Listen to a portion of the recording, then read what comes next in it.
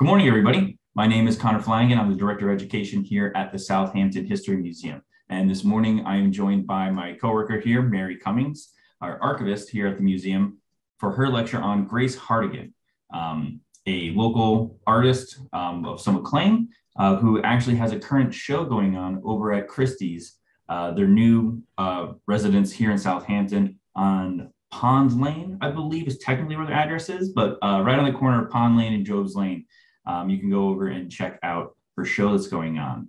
But without any further ado, I'm going to pass it over to Mary so she can begin her lecture, and then I'll pop back in at the end to show you a short video we made recently, as well as to take in any questions that you might have. So thank you and enjoy. Hello, everybody. Thanks for joining me for this talk on the artist Grace Hartigan.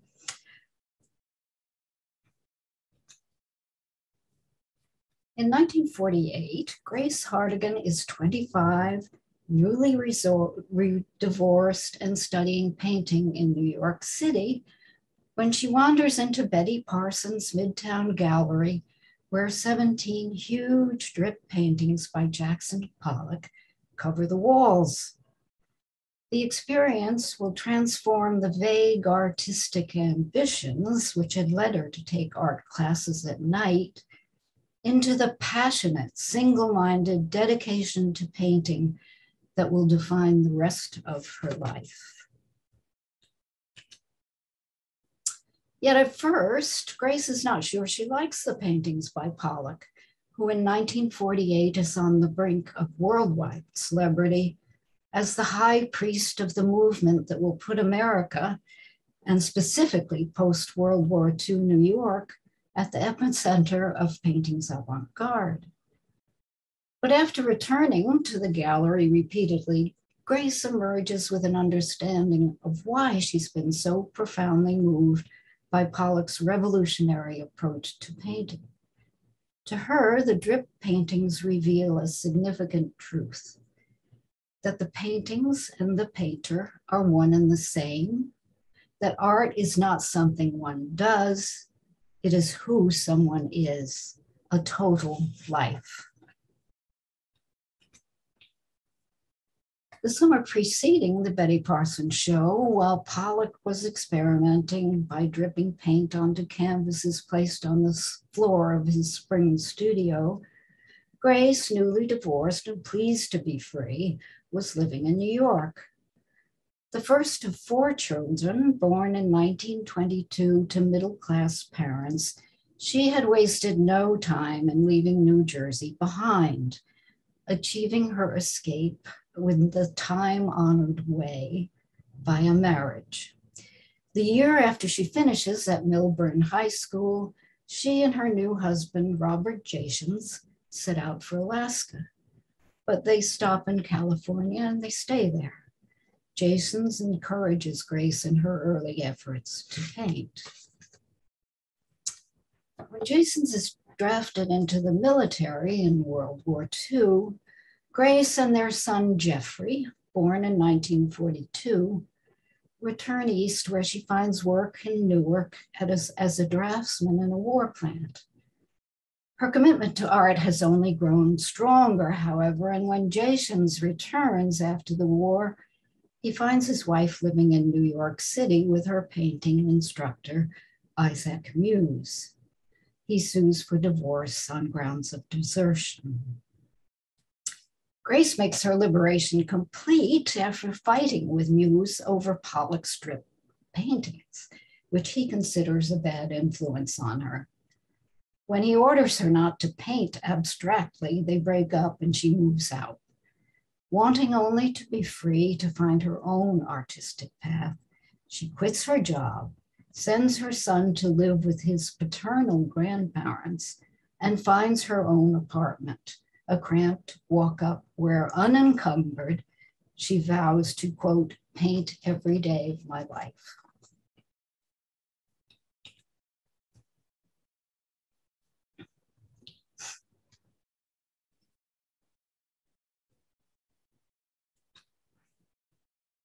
In 1948, It is especially shocking for a young woman to refuse to abandon her own creative drive, whatever the cost. It's even more scandalous if her commitment to art is stronger than her love for her child. By all accounts, Grace does try to honor both art and motherhood, but Jeffrey resents her painting, and forced to choose, she chooses art. Not a choice many women artists would dare to make, not a choice any male artist would be likely to face. At this point, Grace is ready to launch. True to her vow, she paints every day, gleefully rejecting Muse's timid reaction to abstraction, and she's welcomed into the lively circle of young downtown artists and writers who are breaking new ground. Recognized as one of them, supremely talented, dedicated, and courageous, she's also attractive, has a vibrant, uninhibited personality, and a zest for the artistic life that make her fun to be with. Among her growing number of friends are artists Jackson Pollock and Lee Krasner, Larry Rivers, Willem and Elaine de Kooning, and the poet Frank O'Hara. Never without male admirers, Grace settles on painter Harry Jackson as her next lover. A self-styled maverick with a macho streak, Jackson is gaining a following for his Pollock-inspired abstract works, though he'll eventually turn to Western genre realism. In the spring of 1948, Grace and Harry make a pilgrimage to Springs in a borrowed car, traveling the 100 miles to visit Pollock and Krasner. What happens next is surprising, though maybe it shouldn't be. On January 8th, 1949, Grace and Harry are married in the Pollock living room in Springs before a local justice of the peace. The woman who had defied convention and freed herself from husband and child in order to paint every day remarries, mooring herself to a man after vowing never again to be beholden to anyone else's needs or beliefs. Surely in their bohemian world, they needn't have married just because Grace wanted to join Harry for a stay in Mexico. Rather, marrying him seems to have been an impulsive decision on Grace's part, perhaps fueled by romantic fantasies of life in exotic surroundings where both would be free to paint full-time with no distractions and none of the despised trappings of conventional domesticity.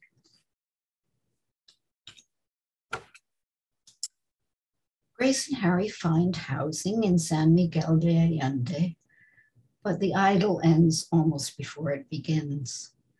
There are alarming signs of Harry's epilepsy, a condition he has kept secret from his bride to her deep resentment. They're back home before the year ends, and in 1950, the marriage is annulled. A long stretch of intense painting was not to be, but Mexico with its vivid colors and charged atmosphere is evoked in paintings like Mexican Dancer, which we just saw. At the beginning of the new decade, Grace is still struggling, but gaining increased recognition. A few months earlier, Life magazine had made its big splash with the suggestion that Jackson Pollock might well be the greatest painter in the United States, introducing abstract expressionism to the wider world as America's rejection of the tired traditions of figurative art. For purists, including some leading art critics, imagery that even suggests recognizable motifs are frowned upon. In time, Grace, unwilling in the end to stick within the strict confines of the Abbott's credo, will be criticized for straying. But in 1950, when she's sharing a bare bones studio at the corner of Essex and Hester Streets with her new lover, artist Alfred Leslie, her star is rising in the movement. In the spring, the influential critic Clement Greenberg and prominent art historian Meyer Shapiro select her to participate in a landmark exhibition at the Coots Gallery in New York titled New Talent. Touted as a showcase for unrecognized upcoming artists, it's hailed as a signal event of the era. The decade of the 50s sees Grace's career take flight. She has her first solo show in 1951 at the Thibaut Denage Gallery, the primary showcase for the younger generation of abstract painters, and will show there nearly every year throughout the decade. She'll be included in group shows at virtually all of New York's major museums, and her paintings will travel abroad to be exhibited in Brazil, Japan, India, and Europe. She's labeled a second-generation abstract expressionist, but is turning away from pure abstraction by 1952, experimenting with incorporating recognizable things into her paintings and angering some true believers. The Museum of Modern Art's director, Alfred Barr, however, is not among them. He lavishes praise on Grace's 1952 painting, The Persian Jacket, and purchases it for the museum. Grace begins a collaboration with poet Frank O'Hara, a friend, a central figure in what would become known as the New York School of Painting and Poetry, and a curator at the Museum of Modern Art. Grace spends months turning O'Hara's series of poems called Oranges into paintings that incorporate many of O'Hara's words. They're shown at the Thibaut Denage in 1953, and the collaboration deepens an already very close, if complicated, friendship with O'Hara.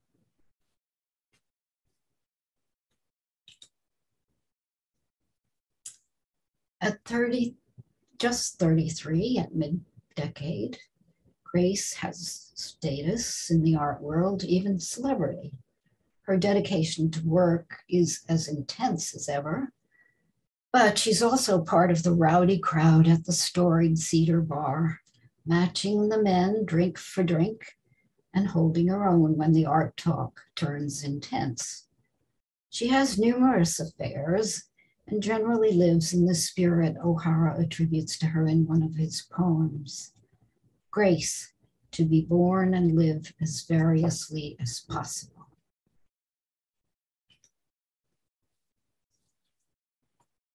Then in 1957, Grace keeps her studio in New York, but allows herself the luxury of renting a guest house at artist Alfonso Osorio's East Hampton estate, The Creeks.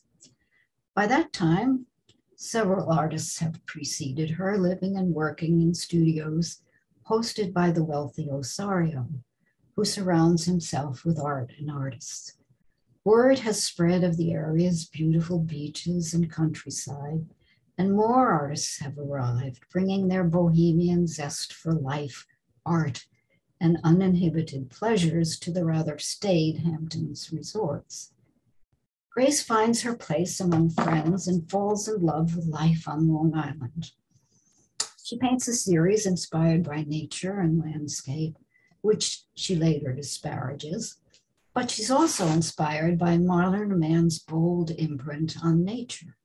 Her Montauk Highway, she explains, is intended, quote, to vibrate with life, with inner automobile feelings, the soul of a car, so to speak, end quote. She also finds a new friend in artist Mary Abbott, a gallery to show her work, and a man who will become her third husband.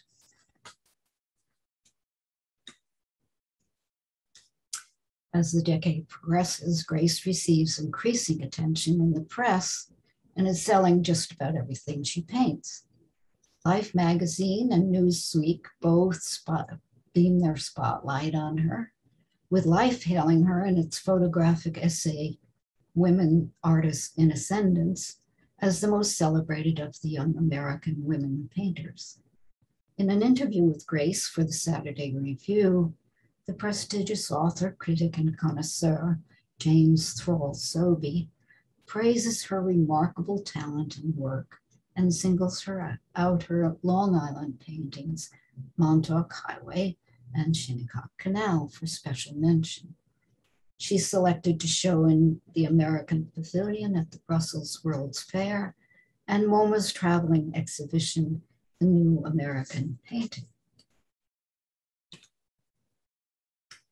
Sometime in the spring in 1957, Mary Abbott, who has rejected her uptown life as a debutante in favor of a life in art, introduces Grace to Bob Keene.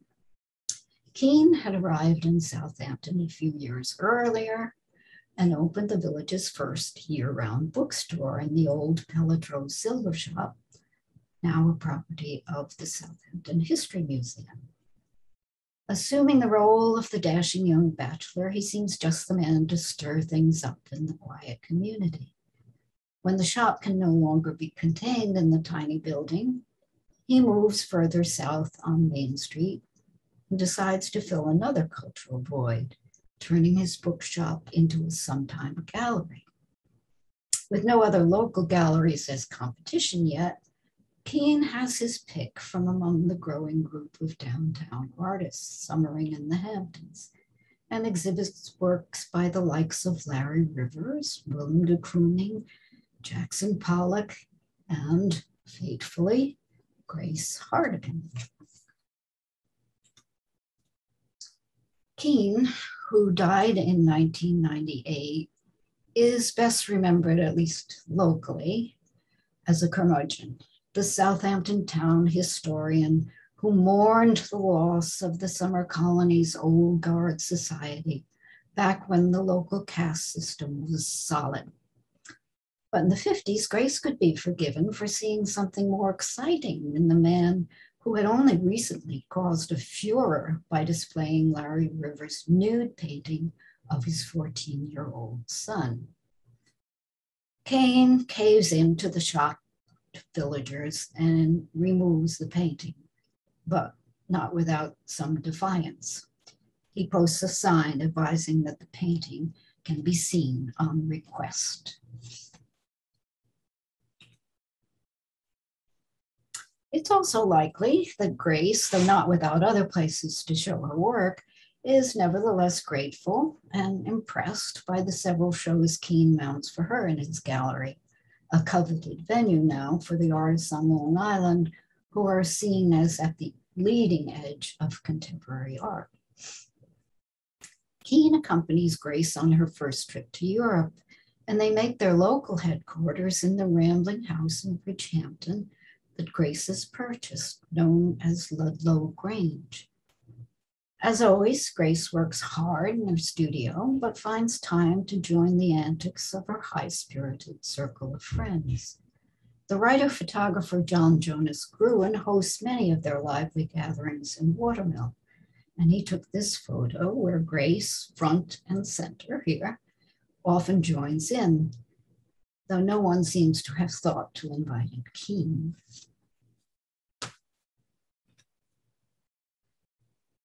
On December 14th, 1959, Grace and Bob Keene are married at the Judson Memorial Church in Manhattan, though some of her friends are convinced that Keene is too conventional and small town for Grace, and they try to dissuade her. Just as her decision to marry Harry Jackson was impulsive, based perhaps on a fantasy of escape and adventure, she may be fantasizing a more settled, less anxious future in which she'll be protected but not bothered too much by a man who can accept that painting is her first priority. While it's her game for a good time side that she most often displays when she's not at work, close friends like Frank O'Hara know a more troubled soul. He once suggested that he and Grace were drawn to each other by a shared feeling of living at the edge of an abyss.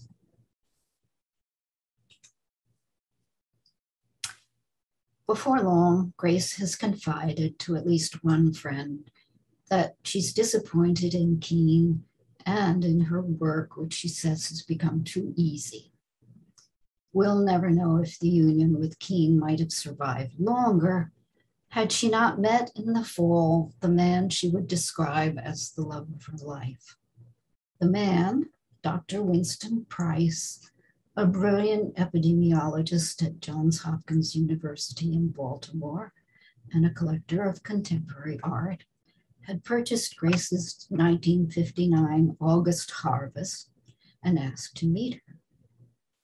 On the day arranged, Grace arrives at the hotel feeling nervous, and 3 days later leaves the hotel in love. 3 days of romantic bliss punctuated by fascinating conversation, touching on adventurous art and audacious science, convinced Grace to initiate an annulment of her marriage to Keene and follow Price to Baltimore. The breakup is brutal. She confronts Keene, shocking him with the news that she's never loved him, revealing in herself a merciless streak beneath the admired gutsiness. Keene's friends are also shocked, as are even some of Grace's friends. She does, however, leave Ludlow Grange in Bridgehampton to Keene. Then in December 1960, just a year and 10 days after her previous wedding, Grace and Dr. Price are married.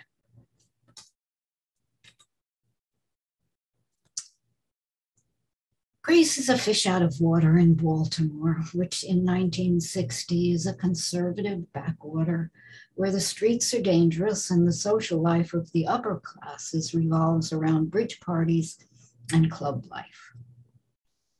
The scintillating group of artists and writers she had imagined joining does not exist. And as her friends had warned, without her presence at the center, she risks being forgotten by the New York art world.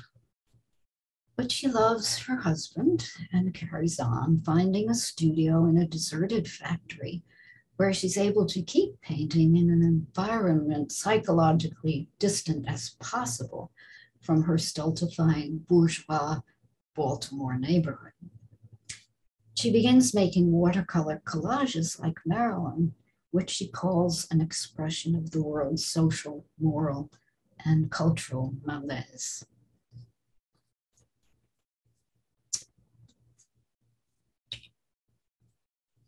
Her love for Price sustains her in the early years of their marriage, but she's traumatized when O'Hara is killed in an automobile accident in 1966, and by the drowning death of her New York dealer, Martha Jackson, at about the same time. She paints a series based on anatomy charts she asks Price to bring home for her. But when Price begins to show signs of severe depression, she discovers that he's been experimenting on himself with a live vaccine. The spells are prelude to a years-long decline in his mental and physical health, leading to his death of meningitis in 1981. In these painful times, Grace turns to alcohol and seems headed herself for a fatal decline. Yet once again, she's saved by her art. After coming close to suicide by alcohol following Price's death, Grace opts for life, stops drinking, and resumes her restless artistic experimentation. "There is nothing that's going to stop me," she declares in 1990, and nothing does. She keeps an apartment in New York, has a gallery there, and paints in a loft near the Baltimore port, surrounded by strip joints and sailor bars. She continues her longtime association with the Maryland Institute College of Art, teaching there until the year before her death in 2008 at the age of 86. praising Grace and her role as an artist in her New York Times, in her New York Times obituary, William Grimes wrote, "On an artistic path marked by twists and turns and restless experimentation, she maintained a fierce commitment to the modern agenda and a belief in art's near magical powers." And that is a good place to conclude my talk. Thank you. Great, thank you, Mary. What we're going to do now is if anybody has any questions, they can submit them in the chat or the Q&A function in Zoom. And what I'm going to do is start sharing my screen. And we're going to play a video for everyone that I recorded at the auction house the other day, in case you're not from the area and not able to go see it for yourself. We wanted everybody to be able to see a little bit of the space. Hi everyone, I'm Caitlin Forrett. I'm a specialist in the post-war and contemporary art department at Christie's. Welcome to our Southampton gallery space. I'm thrilled to share with you some highlights of our current exhibition, Grace Hartigan, No Rules, which is closing August 8th. We're just going to take a tour through the galleries. I'll show you some of my favorites in the show. And if you guys can come see it before it closes, we'd love to have you here. So starting off here, I'll share a quote from Grace that sort of inspired the title of the exhibition. She was quoted saying, "No rules, I must be free to paint anything I feel." And so that is really one of the key elements of this exhibition. Her sort of, fast-paced rise in the New York art scene in the 50s, her unwillingness to really change or alter her practice to sort of fit within the norms. She was very much involved in the Avant Garde, Abstract Expressionist movement in the 50s, but still remained true to her sort of fascination with figuration. And so we will see those sort of key tenets come into play really with every work and at every period that is explored in this exhibition. So first, we're starting here with two amazing collage works from 1957.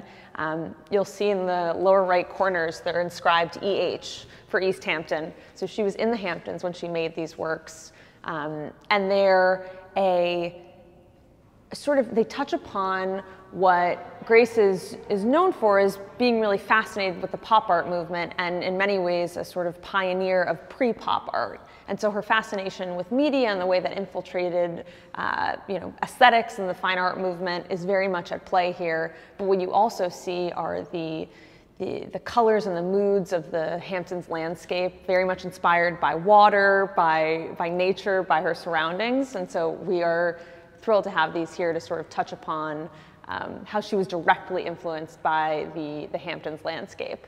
Another amazing, amazing example from 1956. This painting is called East Side Peddler. It is a fantastic, bright, gestural painting from really one of the best years of her career, ultimately. And it is very rare to have a 1950s paintings of this caliber, or really at all in private hands and in this exhibition. So you'll see here, there's very much, figuration is very much at play, working directly with sort of abstract modes of reference.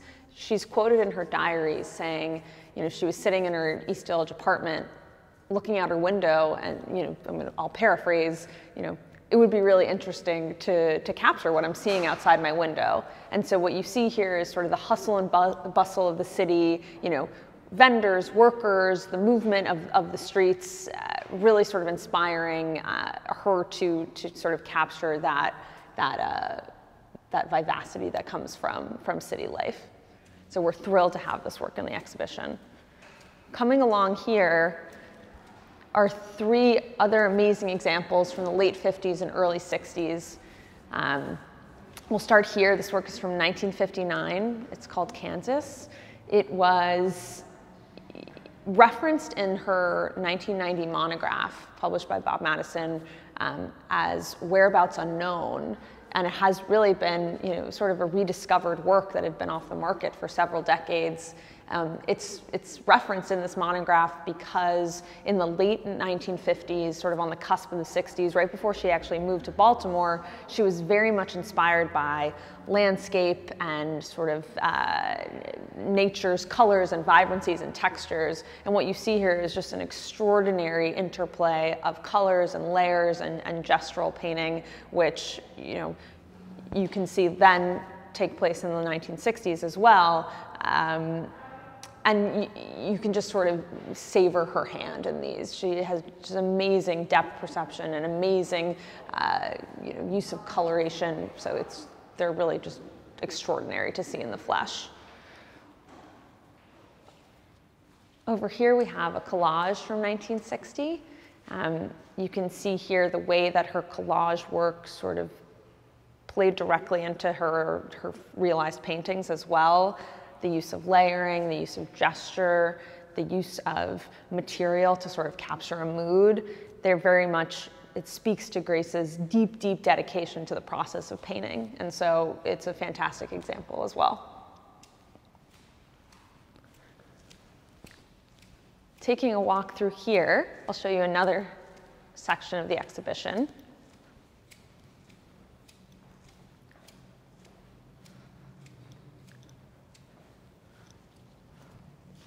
So we'll start here with this wall. Some amazing highlights from the early 1950s. We have two abstract works on paper from 1951 and an amazing still life. It's called Still Life with Blue Wall from 1953. This work was also referenced in her published diaries from 51 to 55 and was included at, you know, it was sold through Taille in New York City, her original dealer, and was included in the same exhibition that the painting Persian Jacket was, which was soon acquired by the MoMA in the mid to early 50s. So it's an incredibly historical work. And what I love about this hang specifically is that you are seeing the ways in which she was deeply dedicated to abstraction, but still exploring the ways that abstraction and coloration could play into more figurative or you know, realist works. And so you have the ultimate contrast, but also really a celebration of the many ways that Grace continued to explore and you know, push her practice. Now coming here, we have two works from the mid-40s, so right when she moved to New York City. Early works, you can also see her playing with this idea of figuration and abstraction, just fantastic use of color. The yellow really pops. And what I like is that you can then come to these late 60s collages and see some of those same elements of gesture, of movement, that remain true to her practice, you know, from the 40s through to the 60s. So we'll take a walk over here. So this work here, Articulations, it's from 1968. It's a large-scale anatomy lesson painting. She was moving to Baltimore in 1960 with her husband, Dr. Price, who worked at Johns Hopkins. She was, you know, removed from the limelight in a lot of ways, and I do think that changed the trajectory of her practice and what she was inspired by and what she was working with. But what's so fantastic about the anatomy lesson series in particular is that you can see her immediate inspiration from the sort of medical surroundings that she was working with. So Dr. Price had a vast collection of anatomy drawings, and these paintings really sort of, you know, you can see direct inspiration from these drawings to create, you know, abstract yet figurative compositions that play with what the human form looks like, what that can be interpreted as in an abstract sort of frame of reference. And all the while, she's using fantastic colors, great layering. You can see her brushstroke at every turn. And it feels like again, a real celebration of what she cared about most in painting, and this process about, you know, the celebration of the paint. So that is our tour. I hope that you all can come see it in person, and it has been a real honor to be able to sort of explore Grace's work and bring her legacy here to the Hamptons again, which I know is, you know, top of mind. All right. So hopefully some of you got some questions gearing up that you would like to ask. Mary will do her best from the research that she's done for the lecture to answer any questions. But if you do have any other questions and you are local, you could always stop by over at Christie's to ask them any questions you might have. So again, if you do have any, you can put them in either the chat bar or in the Q&A section. And I don't see any just yet, but I do want to reiterate what she said at the start of the video about the Christie's Auction House here in Southampton being open for tours. So you can actually go see the exhibit. I think when I spoke with them, they mentioned how sometimes people feel like they can't go in or need an appointment or anything like that, but they are open to the public. You can always walk over and head on inside. And this show is only up until the 8th, which is only a few days from now. So there's not much time left to get a chance to see Grace Hartigan's great exhibit. They also have a few other great pieces up in there as well. But let's see, we had something come in. Wonderful lecture. Thanks so much. Is her son still alive? And did he discuss his mother during his life? And did she see him often? I believe he's still alive, but I have not looked into it, and don't know whether they remained in touch or how their relationship evolved. Gotcha. So we have someone asking, what is the address and time of the exhibit being open? So the address is located at 1 Pond Lane in Southampton. And the times, I'm not exactly certain right now, but I believe they open at 11 and they're open till about 4 or 5. I'm going to check right now. They are just recently open, so they don't 11 to 6, Tuesday through Sunday, the chat says. Look at that. Perfect. Thank you, Kristen. Thank you, Kristen. Yeah, Kristen works over there at Christie's, so she was able to answer that question. Yeah, I just Googled it really quick, but it's not on the Google thing. I was going to guess, but yeah, Tuesday through Sunday, 11 to 6, you can go over and check it out. And even once Grace's show goes down, I'm sure there'll be another great show up there soon, so people will be able to check that out. Let's see, do we have any other questions? If not, I want to thank everybody for coming today and enjoying today's talk, staying to watch the whole video. I did somewhat expect people to fall out when the video started playing, but everybody stayed throughout, which is nice. If you missed this or you had any other friends that missed this, we'll have this up on YouTube shortly, so you can send this around to anybody that might have missed out. But hopefully everybody gets a chance to go by the exhibit and see it. And I want to thank you, Mary, again, for giving another one of your talks.